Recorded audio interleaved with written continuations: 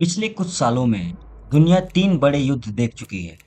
Russia Ukraine war, कोविड-19 जो एक biological war की तरह था, और फिर इजराइल फिलिस्तीन कॉन्फ्लिक्ट की वजह से पूरी दुनिया 2 हिस्सों में बँट चुकी है।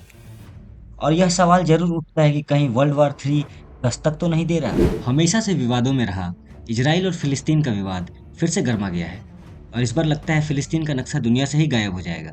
इसमें किसकी गलती है, इजराइल की या फिलिस्तीन की? हमास कौन है? गाजा पट्टी क्या है? भारत को किसका साइड लेना चाहिए?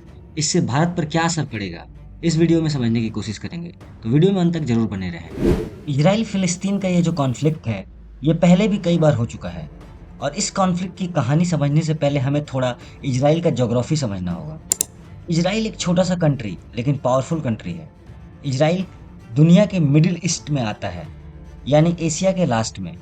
इजराइल के नॉर्थ में लेबनान है, साउथ में रेड सी यानी लाल सागर, ईस्ट में जॉर्डन, तो वहीं वेस्टर्न साइड में फेमस भूमध्य सागर है। चारों ओर अरब कंट्रीज के बीच यहूदियों का एक छोटा सा देश लेकिन ताकतवर देश है इजराइल। अरब कंट्रीज हमेशा से ही इजराइल पर हमला करते हैं, लेकिन क्यों? दरअसल ये कॉन्फ्लिक्ट की कहानी 1897 में शुरू होती है, जब 1897 में फिलिस्तीन के एरिया में यहूदियों का शोषण हो रहा था। यहूदियों ने अपने ऊपर हो रहे उत्पीड़न से बचने के लिए एक आंदोलन की शुरुआत की। आंदोलन का नाम था जायोनी रिवॉल्यूशन। इस आंदोलन में यहूदियों ने अपने लिए एक देश की मांग की।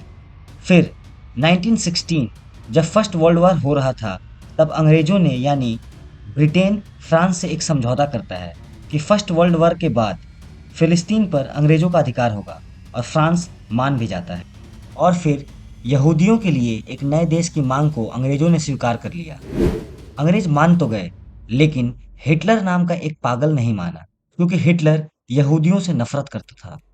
हिटलर यहूदियों को कीड़ा मकोड़ा समझता था, और फिर 1930 में नाजी गवर्नमेंट के आने से यहूदियों को और भी अन्याय सहना पड़ा। जर्मनी के हिटलर की प्रताड़ना से बचने के लिए यहूदियों ने फिलिस्तीन नामक एक जगह पर आकर बसना शुरू किया, जो अंग्रेजों का था। लाखों संख्या में यहूदियों ने फिलिस्तीन में बस्ती बसाकर रहना शुरू कर दिया। यहूदियों के एकाएक फिलिस्तीन में आना अरब कंट्रीज को अच्छा नहीं लगा, और फिर अरब कंट्रीज ने इसका विरोध किया, क्योंकि फिलिस्तीन अरब कंट्रीज से घिरा हुआ था और बीच में यहूदी आकर बस गए, और यहीं से इस कॉन्फ्लिक्ट की शुरुआत होती है।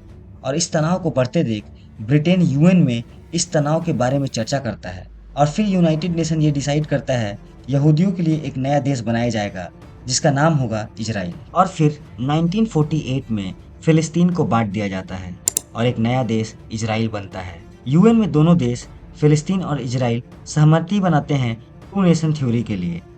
जैसे अंग्रेजों ने भारत को तोड़कर पाकिस्तान बनाया था 1947 में फिलिस्तीन से टूटकर इजराइल नाम का एक इंडिपेंडेंट कंट्री इस दुनिया को मिलता है। पार्टीशन के ठीक बाद 1948 में ही Arab countries Iraq, Syria, Jordan मिलकर इजराइल पर हमला कर देते हैं। अरब के लोग यहूदियों को खत्म कर देना चाहते थे। युद्ध में अत्यधिक हिंसा हुई, लेकिन अंत में इजराइल अकेले ही इन सारे अरब कंट्रीज को हरा देता है। फिर ऐसे ही कई कॉन्फ्लिक्ट हुए, और यही कॉन्फ्लिक्ट आज भी हो रहा है। 1948 में जब फिलिस्तीन से इजराइल बना था, तब इजराइल को 52% एरिया, फिलिस्तीन को 40% एरिया और 8% एरिया जेरूसलम का कुछ हिस्सा यूएन ने खुद अपने पास रखा था। 1948 के फिलिस्तीन और इजराइल पार्टीशन के बाद कई कॉन्फ्लिक्ट हुए। 1948 के बाद भी 1956, 1967, 1973, 1982 में इजराइल फिलिस्तीन कॉन्फ्लिक्ट हुआ, और हर बार इजराइल जीत जाता है, और हर बार इजराइल कुछ ना कुछ फिलिस्तीन पर कब्जा कर लेता है।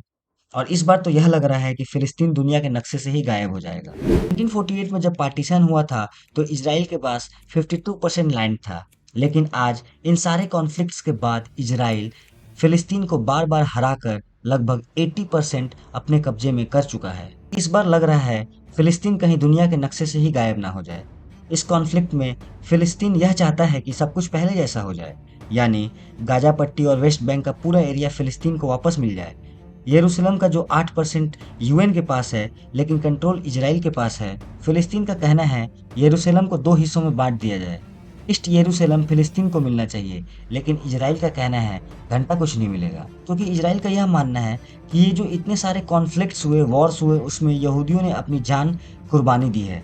और इजराइल फिलिस्तीन को खत्म करके पूरा हिस्सा खुद का हिस्सा बनाना चाहता है। कॉन्फ्लिक्ट को अगर दूसरे एंगल से देखा जाए तो इजराइल फिलिस्तीन कॉन्फ्लिक्ट का सबसे बड़ा इंटरेस्ट है यरूशलेम, जो यूएन के पास है, लेकिन कंट्रोल इजराइल ही करता है। दरअसल यरूशलेम 3 धर्मों के लिए पवित्र जगह है। मुसलमानों का थर्ड होली प्लेस अल अक्सा मॉस्क्यू जेरूशलेम में ही है, इसलिए फिलिस्तीन जेरूशलेम को अपनी राजधानी होने का दावा करते रहता है। तो वहीं यहूदियों का होली प्लेस यानी पूजा स्थल सिनेगाग भी जेरूशलेम में ही है। तो वहीं क्रिश्चियंस के जो ईसा मसीह हैं उनका जन्म बेथलेहम में हुआ था, जो जेरूशलेम के आसपास है। इसलिए जेरूशलेम का ये जगह इस कॉन्फ्लिक्ट की सबसे बड़ी वजह है। और हाल में ही 7 अक्टूबर को हमास के आतंकी हमले में अब तक 1400 इजराइल नागरिकों की हत्या हो चुकी है। हमास एक टेररिस्ट ऑर्गेनाइजेशन है जो फिलिस्तीन का सपोर्ट करता है। दरअसल फिलिस्तीन के पास खुद का कोई सेना नहीं है, इसलिए अरब कंट्रीज की मदद से हमास फिलिस्तीन की ओर से लड़ाई करता है और इस बार इजराइल हमास का नामो निशान मिटा कर रहेगा, ऐसा इजराइल का दावा है। इजराइल फिलिस्तीन के कॉन्फ्लिक्ट से भारत पर तो कोई असर नहीं पड़ने वाला है, यानी भारत किसी का भी सपोर्ट करे इससे कोई फर्क नहीं पड़ेगा। लेकिन भारत के साथ इजराइल के अच्छे संबंध है और मोरली यहूदियों के लिए भारत इजराइल का ही साथ देगा। Hope you like the information, please hit the subscribe button. Thank you.